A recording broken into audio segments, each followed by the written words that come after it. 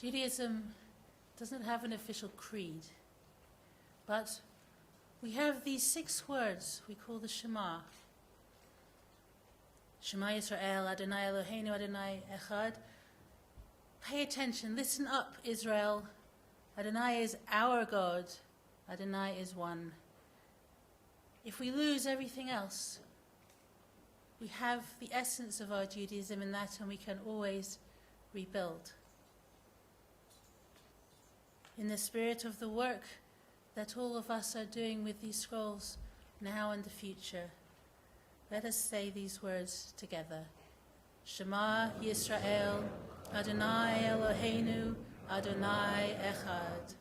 Baruch Shem Kavod Malchuto Leolam Va'ed. V'ahavta et Adonai Elohecha, v'chol levavecha, v'chol nafshecha, v'chol meodecha. V'hayu ha'devarim ha'ele, asher anochi mitzavacha hayom al levavecha. V'shinantam levanecha, v'dibarta bam. V'shiftecha b'veitecha, uvrechtecha v'derech, uv'shochbecha uv'kumecha. V'kshartam le'ot al yadecha, v'hayu le'totafot bein einecha, v'chtavtam al mezazot beitecha, uv'isharecha.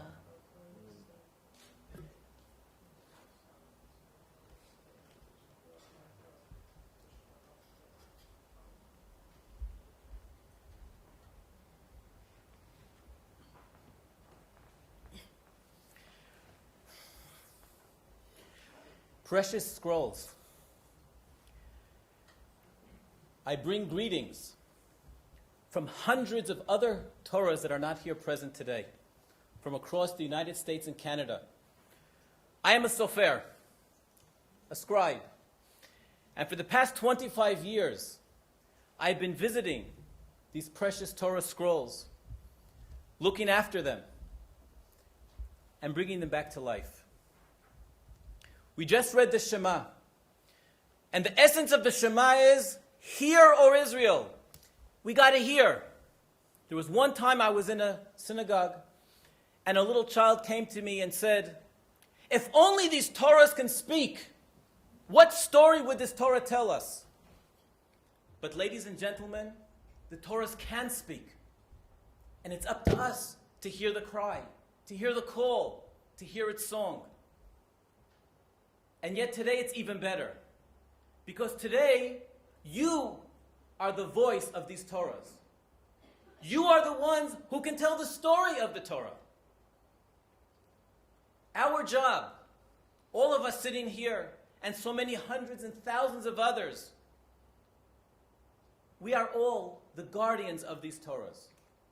But the job of a guardian is not only to protect the past and to preserve and to cherish, but probably more importantly is to be the voice and to make sure that the voice is never forgotten and never goes unheard. It's our job to be the guardian for the future, to make sure that your children, my children, our grandchildren will be able to see and hear the Torah, to be able to tell the story of the Torah in their new homes, while remembering where they came from. But more importantly, how each and every one of us can connect with these Torahs. When we visit congregations all over the country, yes, we take them out, and yes, we maintain and we fix and we restore them, sometimes for an hour, sometimes for weeks. And yet the most precious job, over and above taking care of the individual letters, is bringing in the children, getting them up close with these Torahs, that they could turn around and say, wow, not only did I see it, I'm part of it. We've encouraged congregations to take them out of the box and put them back in the ark. Take them out of the closed closet and use them. Many congregations we've encouraged that every bar and bat mitzvah child, before their celebration, should come to the synagogue, take out their precious Torah, take a photo, learn something from the Torah, write a poem, sing a song, Connect with your Torah. So I hear today, very humbly, it's a humbling experience, not to meet one, not 10, not 100. I have met hundreds and hundreds of these Torahs. And every time it's a special experience in itself. Only 2 weeks ago, I was out in California. And many people came to see and watch this Torah. And I received an email only a few days ago where the lady in charge of organizing this visit said that there was a person who came, not Jewish, and was so inspired, went home, and was telling his old mother about how he met this incredible ancient scroll and how it talks and it connects. And this lady writes to me in the email that the mother of this man burst out crying, and she said, I never wanted to tell you, but you're Jewish. And yes, you must have felt it. The Torah spoke to you. These Torahs are yours. These Torahs are ours. It's our job to preserve it. It's our job to make sure that it has a future. So while we are crying for what happened, we should celebrate in the fact that we are here together. And it's our job to make sure that we look after these Torahs, that we fund the taking care of these Torahs, but probably more importantly, we bring the children in. We have to make sure that they get the connection. You and I, we have it. We're here. What's our job? To make sure that those little tiny tots, they can wake up in the morning and say, I'm also here.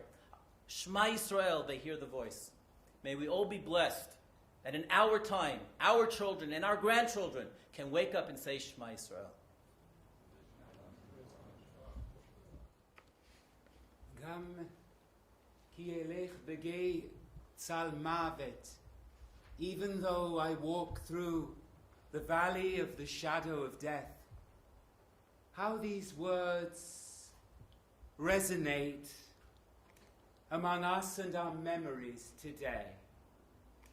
To you, Rabbi Salamon, and Evelyn, Rabbi Ariel, Friedlander, and everyone who has created and facilitated this gathering, on behalf of us all, heartfelt thanks. The first time I saw this collection of scrolls, I believe, was when my teacher, precious in many of our memories today, Rabbi Albert Friedlander, Zichrono Livracha, brought me here with my class from Leobeck College. It was 30 years ago or more, and many of the scrolls, now beautifully dressed, lay slightly dank, waiting the love they have since received, and resonant with the mysteries and tragedies of their holiness. That sense of holiness made me look in this orphan scroll for a verse at the center of the Jewish experience. V'nikdashti b'toch b'nei Yisrael. I shall be hallowed amongst the children of Israel. The Talmud comments on this. Mikan sheYisrael mitzuvin al kiddush Hashem. From here we learn that Israel is commanded concerning the sanctification of God's name. That is, even unto death. 30 years ago I did not know this, or did not take it in. But in fact, my father's aunt and his grandmother perished from one of the communities of Moravia. And researching their history in detail, I obtained from the Institute of Contemporary Studies in Munich a document written sometime in 1943 by a senior Nazi. It records exactly how Jews deported from Prague and the provinces were dispossessed. The system was well thought through. I cannot credit the cool appreciation of its efficiency which this document strangely reflects. People had their keys removed prior to deportation. They were kept in a central place. They were given to members of the Jewish community, expert in the evaluation of everything from half-finished jars of jam to beautiful works of art, which were duly sent to be deposited in warehouses across Prague and elsewhere. In a most disturbing note, the author, who is unnamed, observed that we have, quote, reduced the level of breakages to that of the pre-war postal service. The breakages of the people go unmentioned. Somewhere during those terrible times, through the great courage of many people whose names we will never know, somehow these scrolls were collected, and the community, V'nikdashti, sanctified God's name.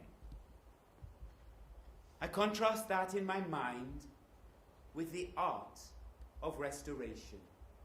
I have had the privilege over the years of watching many sofrim, many scribes at work, and I have never met a single one, but that person handled the scroll with the same tenderness as a parent a newborn baby. Each word in writing the scroll is carefully repeated and exactly after the formula L'shem ktivat sefer Torah, for the sake of writing a scroll of the Torah. And there is a grace and a care and an exactitude and a beauty in this restoration. A great art of tikkun, a great art of bringing back. I think of that contrast between the destruction and the dedication. And then, if I were, and I don't think I can here, to take the mantle of this scroll, it has a binder, not necessarily connected with the unknown origins of this particular Sefer Torah, but long and beautiful, dedicated from the swaddling clothes of a child whose name we know. And as I handle that, I can't help but think of how children were handled then. No mercy, no tenderness.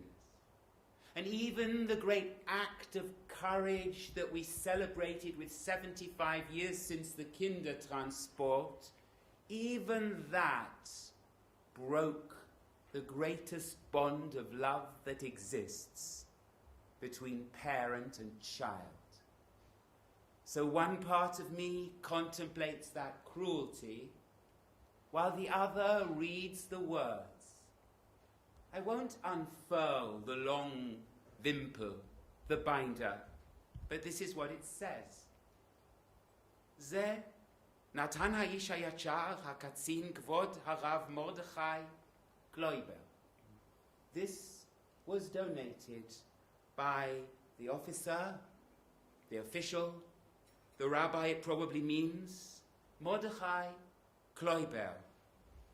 And it is given when his little child was born. Eliyahu is his name. Yichye, may he live, and may he who was born in good fortune on the 8th of Shvat, 135 years ago, may his parents have the merit to bringing up to Torah, chuppah, and good deeds. Amen. Selah.